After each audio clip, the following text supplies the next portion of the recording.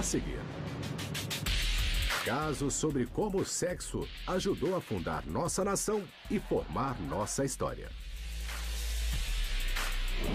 Ben Franklin e os franceses apimentaram. Os puritanos deitaram e rolaram. Um campeão peso pesado lutou por sua vida. E o sexo pesou na indústria automobilística. Fazemos um zigue-zague pela história, cortando a parte chata e indo direto para a coisa boa. Pronto para um novo capítulo da história? Vamos contar histórias chocantes de como o sexo mudou o mundo. Que excitante! Historiadores, Vagina. especialistas em sexo e pessoas comuns Sexo no gelo! revelam histórias reais e inacreditáveis que vão mexer com sua cabeça. Uou! Descubra fatos que você não vai achar em livros. Conforme revelamos como o sexo mudou o mundo.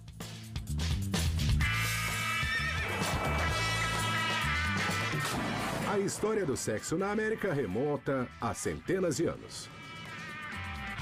E foi forjada por homens e mulheres sempre inovadores. De atletas a inventores e até aos pais fundadores.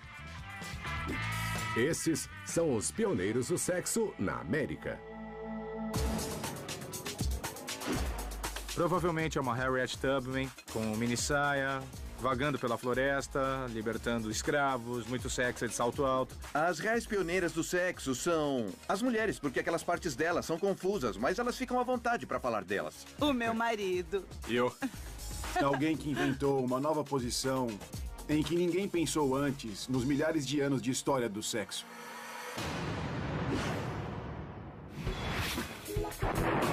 Mas os pioneiros do sexo na América não se limitaram a 4 paredes. Porque nada como sexo para despertar a confiança do espírito americano. Mas descobrir quem foram os pioneiros americanos do sexo pode ser uma surpresa. Ninguém menos do que os austeros puritanos.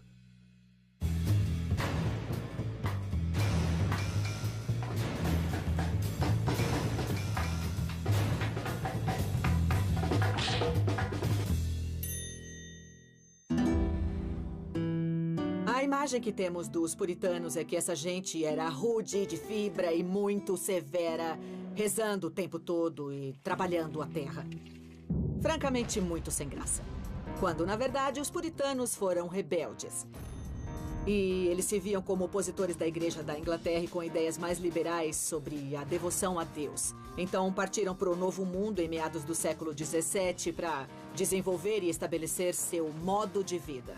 Seu modo de pensar no Novo Mundo sem resistência. Abra essa porta, hereges!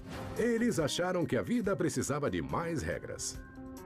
Para os puritanos, a igreja era o centro absoluto de toda a sua cultura. Era tão importante que frequentar a igreja era obrigatório. Você era multado se não fosse à igreja. E havia um sujeito que circulava na igreja com uma lança com penas na ponta e fazia cócegas no queixo de quem estivesse dormindo durante o sermão. E usava o outro lado da lança para bater em crianças que não tivessem respeito. Isso além do fato de que exibições públicas de afeto eram ilegais. De fato, um capitão de navio foi preso durante 2 horas, adivinhem, por ousar beijar a esposa em público. Se qualquer afeto em público era proibido, agir em particular era obrigatório. Estava até escrito em uma Bíblia puritana que o dever de um homem para com Deus e para com a esposa era dar prazer a ela, era a benevolência devida. Tratava-se também de economia de posses. As crianças eram propriedade e as crianças trabalhavam. Então, tratava-se de produzir cristãos e também ter sucesso econômico. O sexo no casamento era muito encorajado e o homem tinha a obrigação de satisfazer a esposa, tanto que recusa de sexo à esposa ou impotência eram fundamentos para o divórcio. E você até podia ser excomungado por não praticar sexo. Daqui pra frente, você sempre será banido. No entanto, apesar de se considerar inapropriado fazer sexo fora do casamento, 1/3 de todas as noivas estava grávida no dia do casamento. Muitos jovens eram sexualmente ativos e quando a noiva aparecia grávida, dizia já estamos casados. E se aceitava de forma retroativa legitimar o sexo pré-marital.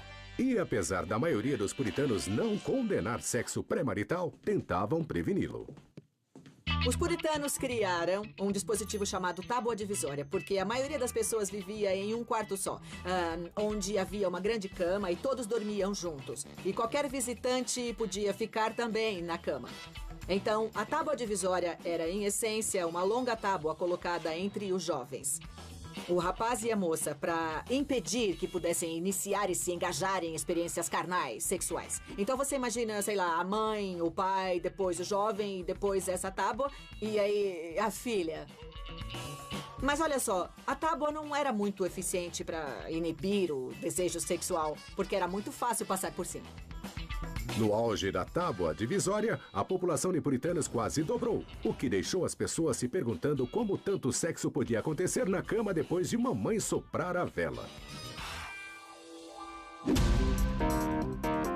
Mas nem todos queriam seguir as rígidas regras puritanas, especialmente quando se tratava de sexo. No meio dessas colônias puritanas apareceu um homem muito carismático, libertário e interessante chamado Thomas Morton, que fundou uma colônia muito diferente.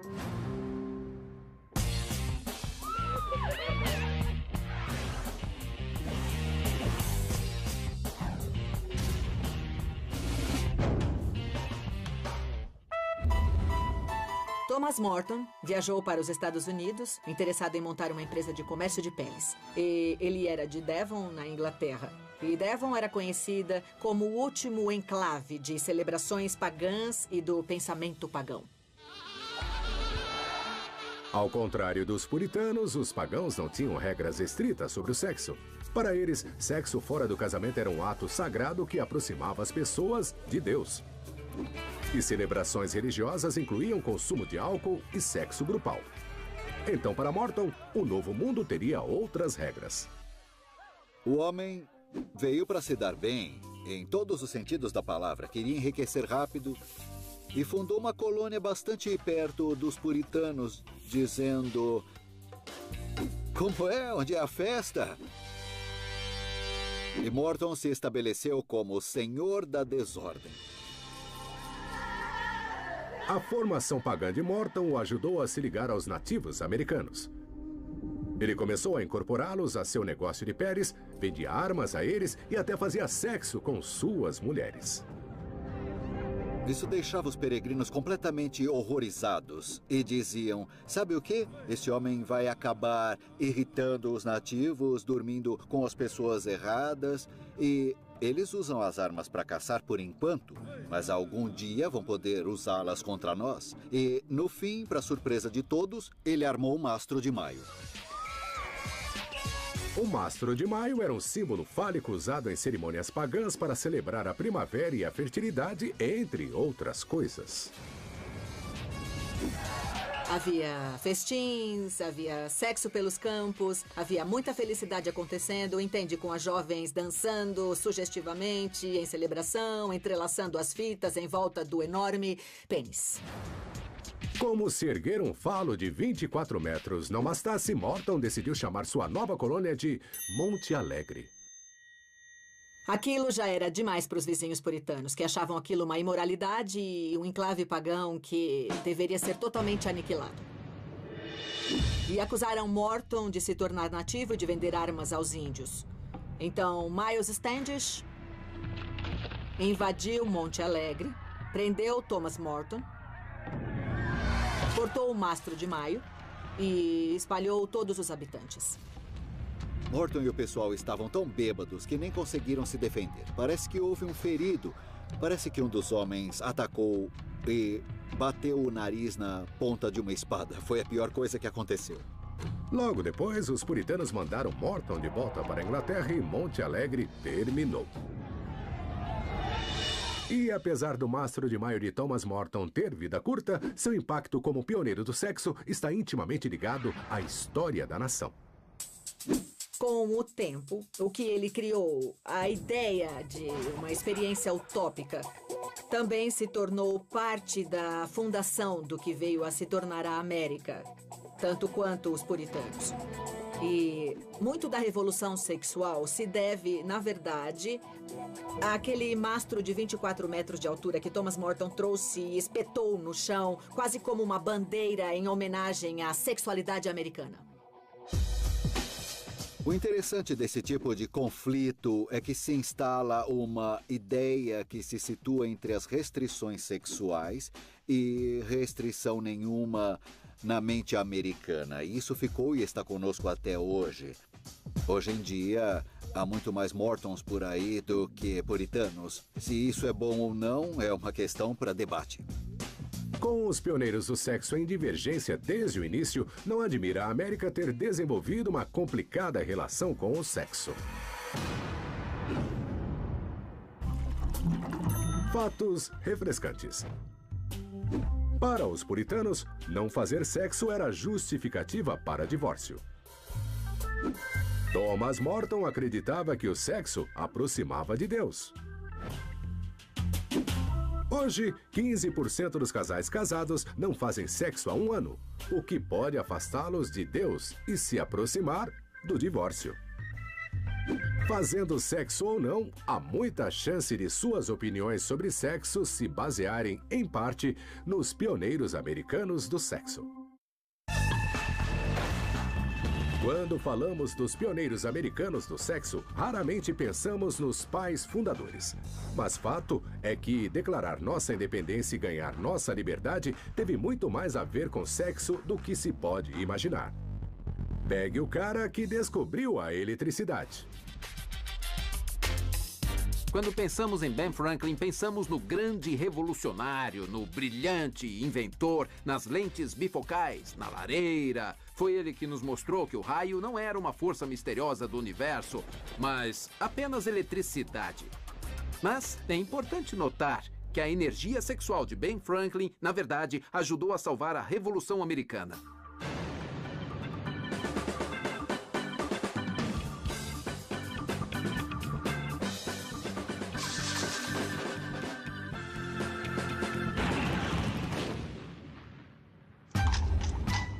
Uma das coisas interessantes de Benjamin Franklin é que ele era fugitivo da lei aos 17 anos.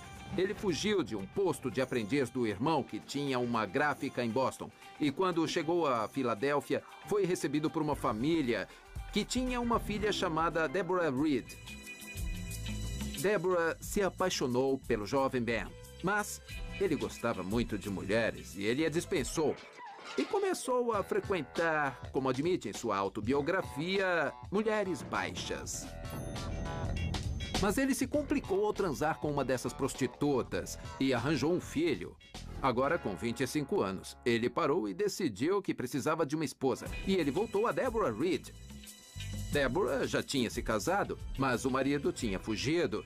E ela havia se casado de novo. Legalmente era um problema, porque Franklin e Deborah queriam se casar.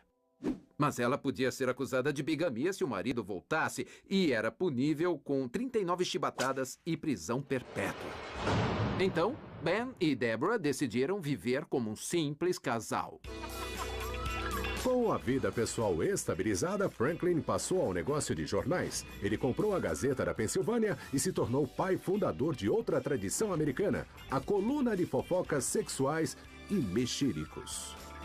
Ele enchia o jornal com fofocas das pessoas da Filadélfia, muitas das quais ele mesmo inventava. Mas ele não parou por aí. Franklin também escreveu cartas falsas ao editor. Uma delas veio como sendo a carta de um homem que pegou a mulher em flagrante de traição.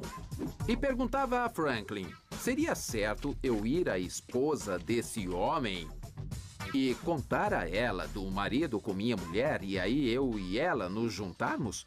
E Franklin, no papel de editor, disse, bem, pague o mal com o bem. Em outras palavras, não faça nada disso. É claro que Ben Franklin escreveu a carta original e fazia isso só para vender mais. Graças a essa estratégia de uso do sexo, Franklin foi o primeiro editor de jornais da história americana a gerar lucros. E ele se tornou o primeiro magnata da mídia do país. Com isso, ele parou em 1747 e foi descobrir coisas importantes. Depois, ele se ligou a George Washington e Thomas Jefferson, que trabalhavam em um projeto chamado a Revolução Americana.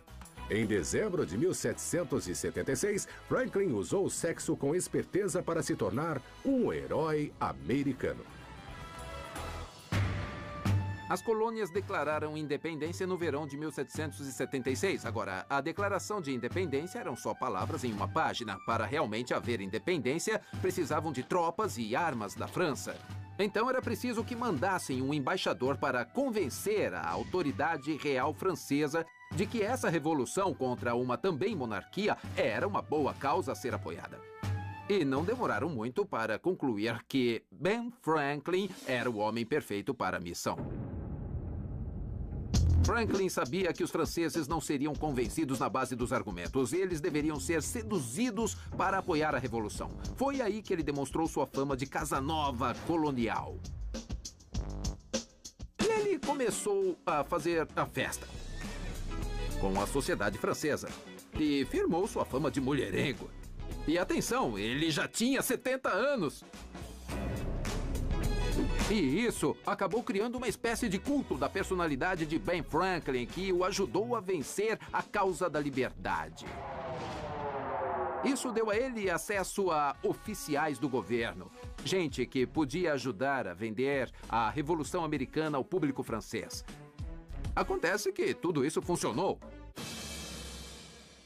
Luís XVI decidiu apoiar o exército de Washington com tropas e armas e dinheiro. E isso não só ajudou Washington a resgatar e a ganhar a Revolução Americana, mas também arruinou seu próprio governo. Então, a energia sexual de Ben Franklin ajudou não só a salvar a Revolução Americana, mas a impulsionar a Revolução Francesa.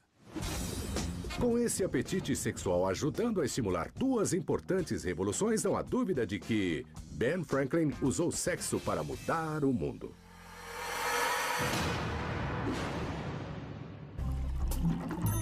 Fatos refrescantes. Ben Franklin teve um filho ilegítimo com uma prostituta. Franklin usou sexo para vender jornais, mandando cartas falsas para si mesmo. Franklin também usou sexo para convencer os franceses a custear a Revolução Americana. Ao usar o poder do sexo, Ben Franklin mudou o curso da história americana. Outro princípio fundamental da história americana tem sido a inventividade. O que o sexo inspiraria você a inventar?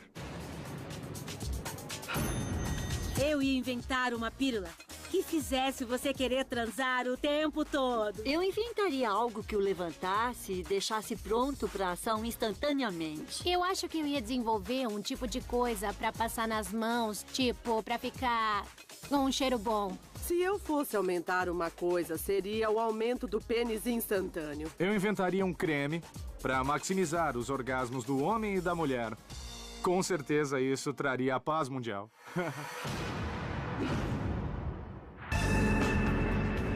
Quando se trata de inovação, um inesperado pioneiro do sexo investiu em duas das coisas mais populares da América.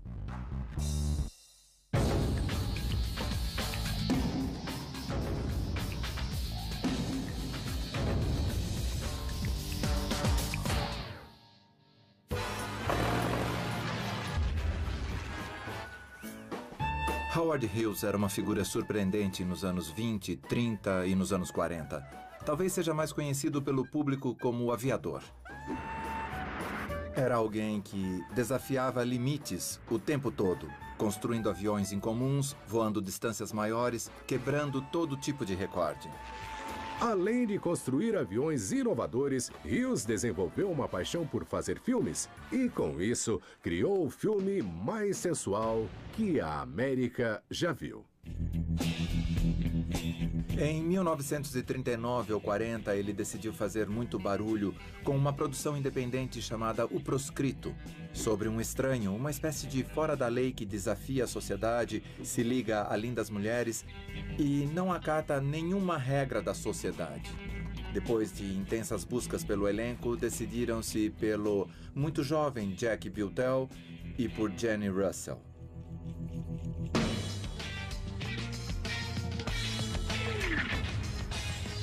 Quando Howard Hughes descobriu Jane Russell, disse que os homens iriam vê-la só por 2 motivos. E que motivos?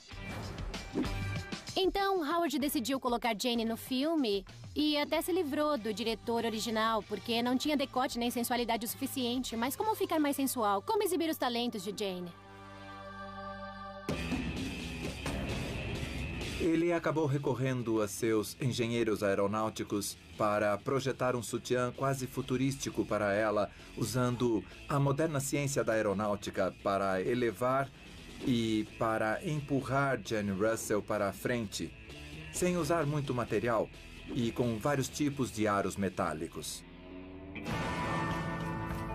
Os sutiãs até essa época eram de bojo completo e a diferença é que esse empurrava os seios dela de baixo para cima. E eles ficavam ainda mais expostos.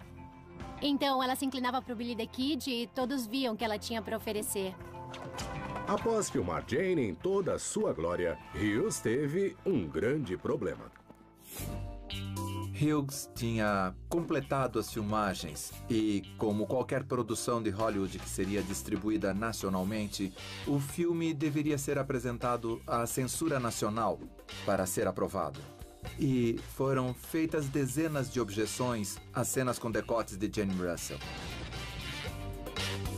Em um lance de gênio, Hughes criou um golpe publicitário que deixaria Ben Franklin orgulhoso.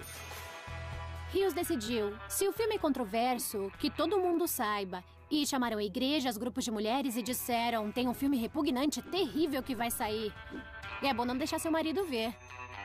Diz a lenda que Hughes usou até um avião para desenhar no céu, em cima de Los Angeles, 2 seios gigantescos com fumaça. E depois houve Bob Hope, que acabou apresentando Jane Russell como par insuperável Jane Russell. As pessoas não tinham o menor problema de fazer esse tipo de comentário, afinal tinham visto o material na publicidade de O Proscrito. Billy, você será morto. E você se importa? Pode arranjar outro cavalo. Não, eu quero esse. Por quê? Quero ver se aprende a fazer a fumaça sair pelas orelhas. Quando o filme finalmente estreou, a especulação era se ele faturaria bem. Bom, apesar de muitas cidades não exibirem o filme e de ele ter exibição muito restrita, por exemplo, em Nova York, o filme ainda assim faturou alto. Ele foi lançado em 1943, em 46 e 50 e outra vez nos anos de 1950 porque acrescentaram cor, mudaram a cor. E toda vez foi um sucesso de bilheteria, as pessoas não se cansavam deles. Infelizmente para Howard Hughes, o sutiã em si, embora desse boa aparência, não era uma peça em que Jane Russell se sentisse confortável. Como uma autêntica mulher dos anos 40, a Jane deixava o sutiã no camarim e dizia a Hughes, o sutiã é ótimo, é maravilhoso. E ele se achava um gênio pela aparência dos seios dela, mas na verdade ela mesma dava um jeito de se mostrar como apareceu em O Proscrito. Apesar do sutiã criado por Hughes não ter durado, fazer aparecer seias na tela durou. Graças ao esforço pioneiro Hughes, símbolos sexuais incendiariam as bilheterias e injetariam sexo no cinema.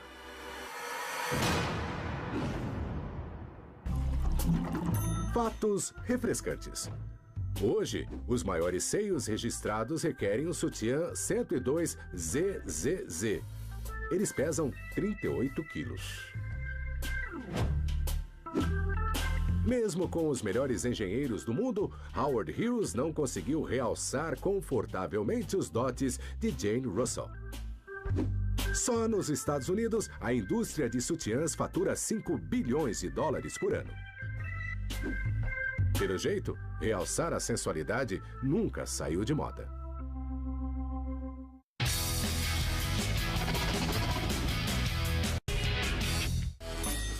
Pioneiros do sexo na América, fundaram o país e estabeleceram a democracia e até influenciaram filmes. E nos anos 1950, adolescentes americanos e automóveis se uniram para mudar ainda mais o sexo na América. Muitos adolescentes não hesitam mais em ir até o fim agora. Mas como a fusão entre adolescentes e a cultura do automóvel mudaram o panorama do sexo.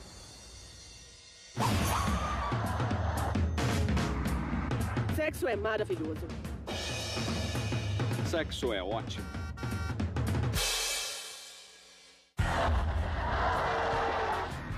A revolução sexual não teria acontecido ou certamente não teria tomado os rumos que tomou sem um automóvel e sem os adolescentes. A que hora sai do trabalho, querida? Após a Segunda Grande Guerra, a América experimentou um boom econômico. Pela primeira vez, os adolescentes tinham dinheiro para gastar. E gastavam em quê? Carros. E surgiu uma geração de garotos cada vez mais ricos, que comprava carros, ganhando dinheiro depois das aulas e nos fins de semana. E que usava o carro para fazer coisas interessantes, inclusive para um pouco de oba-oba. Ou mesmo muito oba-oba. Com os carros ocupando o tempo dos adolescentes, a recém-descoberta liberdade sexual levou a uma epidemia ainda maior. Outra mudança fundamental dos anos 50 é que as pessoas começaram a se casar mais cedo do que em qualquer outra época. Então, essa geração de pessoas que achavam liberdade no banco de trás do carro também foram as que se precipitaram para se casar. Em 1959, metade das noivas tinha 19 anos ou menos. Os homens se casavam com 20, 21, 22. No começo do século, se casavam com 25, 26, mais perto da idade de hoje. Uma das razões para se casarem era para terem a liberdade para transar. E não só fazer sexo no banco de trás, mas para formar a própria família. Não se discute. O automóvel esquentou a vida sexual da América. Mas como um veículo se tornou o maior símbolo sexual da América?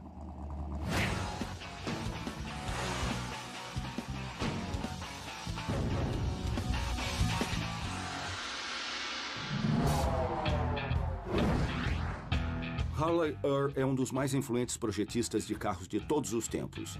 E uma coisa interessante, ele veio de Hollywood.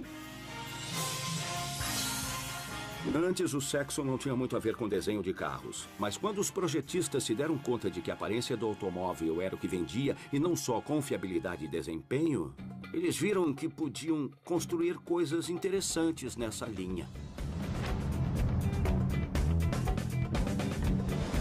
Harley trabalhava para a General Motors e foi uma das pessoas que liderou essa tendência. Ele foi o responsável por dar aos carros, especialmente Cadillacs, os detalhes redondos do para-choque da frente chamados Dagmar. E se chamavam Dagmar por um motivo. A comediante chamada Dagmar tinha esses, seios pontudos.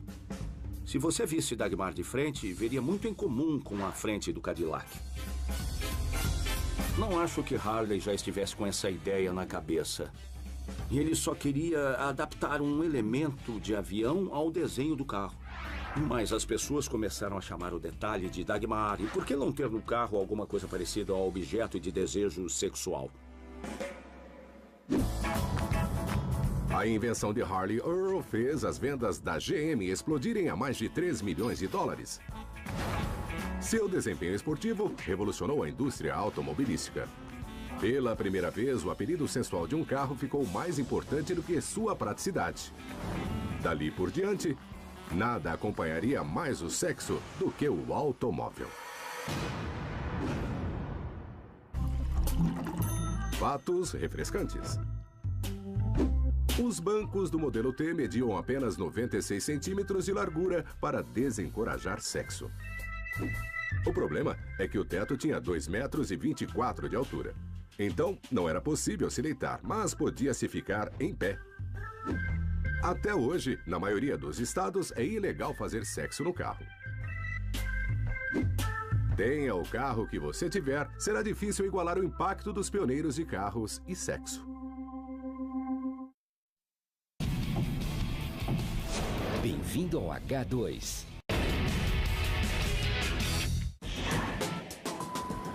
Ao longo do tempo, os americanos viram como o sexo mudou a história. E de fato, quando os pioneiros foram para o oeste em busca de ouro, foi o sexo que construiu a economia inteira. Eu penso que sexo no oeste era selvagem. Havia bordéis por toda parte. Você podia entrar no lugar e pedir um whisky e aquela mulher ali. No oeste selvagem, as mulheres mais bonitas ficavam com os caras mais feios. Com certeza era muito sujo. Fedorento, rude. Suado e nojento e com uma montanha de roupas para tirar. Mais quente. Em 1848 foram descobertos os primeiros sinais de ouro perto de São Francisco. E quando a notícia da fortuna fácil se espalhou, rapidamente todo mundo queria a sua parte.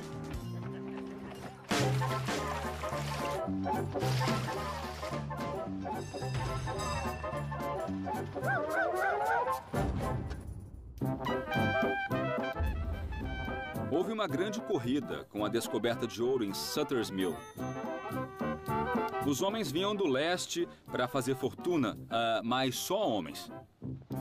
Em São Francisco, durante a corrida do ouro, estima-se que a razão era de 50 homens para uma mulher.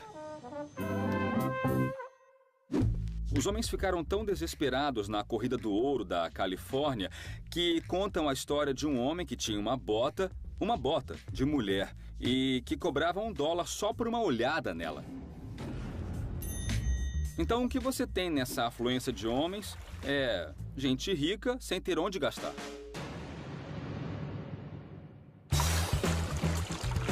Quando a notícia se espalhou de que havia ouro e homens em apuros no oeste, lotaram navios com mulheres do mundo todo para preencher essa falha. E uma mulher jovem, de mentalidade independente, com uma boa conversa e que quisesse coisas melhores na vida, podia fazer de si mesma o que ela bem entendesse. Com a alta demanda por trabalho, a maioria das mulheres logo achava emprego. Mas com tantos homens, um comércio em especial pagava altos dividendos.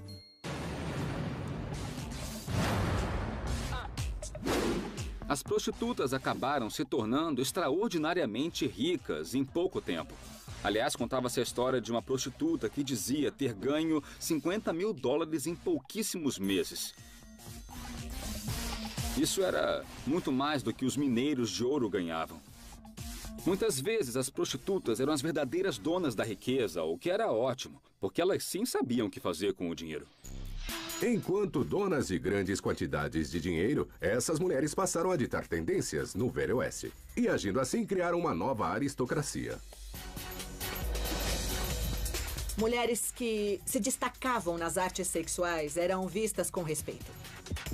Várias dessas mulheres se tornaram muito influentes na cultura do Oeste. E não só isso, mas ajudaram a formá-la em termos de escolas de cultura artística e de expressão. Muitas eram donas de salões de dança e dominavam o mercado de entretenimento. Engajaram-se na política, tinham suas fazendas e realmente contribuíram muito para o boom econômico daquele momento em particular.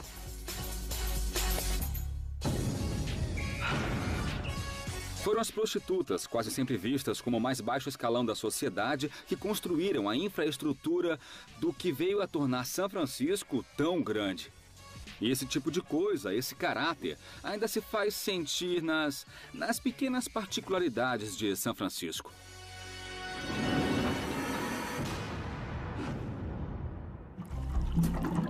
Fatos refrescantes. Muitas vezes, as prostitutas eram pagas em ouro que os exploradores traziam diretamente das minas. Você podia ganhar a vida só exibindo uma bota de mulher. Prostitutas atingiram um nível de sucesso econômico sem precedentes, criando uma nova aristocracia. 3 grandes exemplos de como os pioneiros do sexo formaram nossa nação e mudaram nossa história.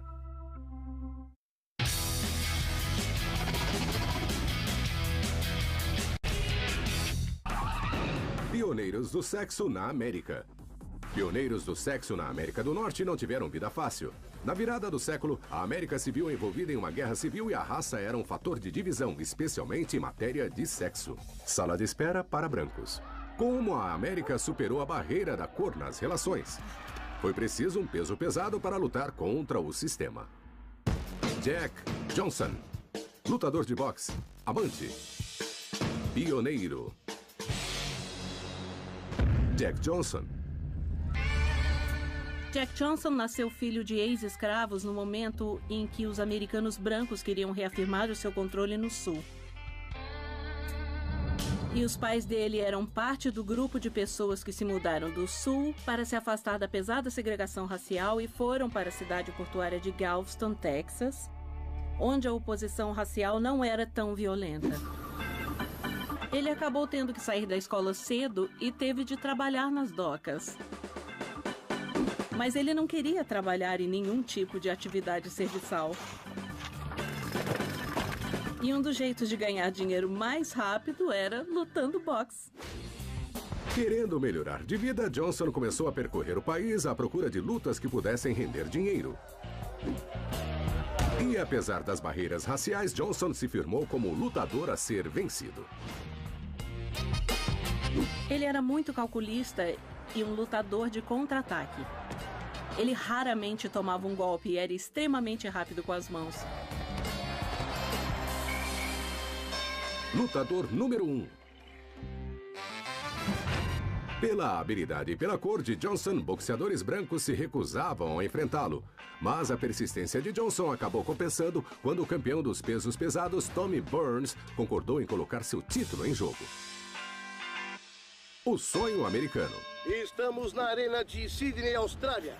Os fãs já estão elétricos enquanto se preparam para ver o Burns defender seu título pela 12ª vez. Jack Johnson dominou aquela luta. Um belo direto. Outro bom golpe de direita de Johnson. Claramente Burns está em situação de desvantagem quase irrecuperável frente a essa formidável máquina de lutar, Jack Johnson. E no fim, Tommy Burns ficou completamente fora daquela luta. Johnson se precipita e lança um direto e 3 ganchos de esquerda. E Burns não se defende. Ele ia nocautear o Tommy Burns. Então, basicamente pararam a luta por medo de que o campeão branco fosse perder por nocaute para Jack Johnson. E com Johnson ganhando mesmo sem ser por nocaute, o boxeador branco passou o título a ele com relutância. Novo campeão peso pesado. Mas o que realmente deixa seus críticos furiosos são suas opções por mulheres. A pior coisa que Jack Johnson fez, além de ganhar de homens brancos nos rings, foi manter relacionamentos com mulheres brancas. Muitas de suas namoradas brancas eram prostitutas, porque ele andava pelos bairros que tinham péssima fama. No auge da discriminação, passar dos limites raciais à procura de sexo era considerado uma séria ameaça à ordem pública. As autoridades começaram a pensar em meios de derrubá-lo, usando seus relacionamentos com mulheres brancas.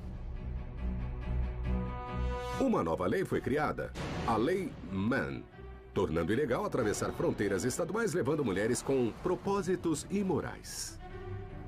Também criaram a lei, em parte, para pegar Jack Johnson. Com a Lei Mann aprovada, a polícia conseguiu pistas sobre uma das namoradas prostitutas de Johnson chamada Lucille Cameron. A pista de fato veio da mãe de Lucille, que não queria a filha namorando um homem preto. A mãe de Lucille Cameron foi à polícia e pediu que prendessem Jack Johnson por sequestrar sua filha. Acusado injustamente. A mãe de Lucille disse à imprensa: "Prefiro 1000 vezes ter minha filha trancada para sempre em um asilo de loucos a se tornar o brinquedo sexual desse preto." O racismo mostrou sua cara feia. Lucille via as coisas de outro modo. Ela amava Jack Johnson de verdade e disse que ela já era prostituta e que, portanto, Jack não a forçou a nada e que eles tinham uma relação de boa fé. Então, o caso não se manteve. Mas a caça às bruxas continuou.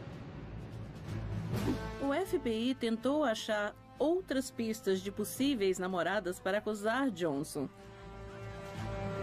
E achou uma mulher chamada Belle Schreiber, que era outra prostituta que Jack Johnson tinha conhecido em Chicago em 1909, portanto antes da aprovação da Lei Mann. Mas isso não preocupou muito as autoridades federais. Como Schreiber foi uma namorada desprezada, ela consentiu em colaborar com a polícia e fazer uma queixa. Cai o campeão. No fim, Jack Johnson foi condenado por violar a Lei Mann em 14 de maio de 1913. Ele recebeu pena de 366 dias de prisão e uma multa de $1.000. São $23 mil de hoje. Ele foi julgado e também condenado por um crime que não cometeu. Não cometeu. Após tudo isso, a América Branca quase o suprimiu da memória popular. Não só pelo fato de ele ganhar de homens brancos no ringue, mas também porque mantinha relacionamentos com mulheres brancas. E isso era visto como desagradável, um fato que não deveria pertencer à memória popular americana. Apesar dos obstáculos, Jack Johnson continuou a lutar até quase 60 anos. Seu legado inspirou outros esportistas de cor como Jackie Robinson e Muhammad Ali a desafiar as imposições raciais para alcançar a grandeza. Mas Jack Johnson também mudou a história americana, desafiando a visão de sexo da sociedade. Como o sexo mudou o mundo? Fatos refrescantes. Até hoje, a Lei Mann continua em vigor. Ela também foi usada para processar Chuck Berry, Charlie Chaplin e Charles Manson. Jack Johnson se aposentou com 73 vitórias e 13 derrotas. Ao ousar misturar raça e sexo, a bravura de Johnson fora dos ringues ajudou a mudar a história americana. Como o sexo mudou o mundo? Desde o tempo de nossos colonizadores, o sexo teve impacto importante na história americana. De nossos pais fundadores, a nossos maiores inovadores e a todos entre esses. Não há dúvida, a história americana ganhou sua forma pelos pioneiros do sexo.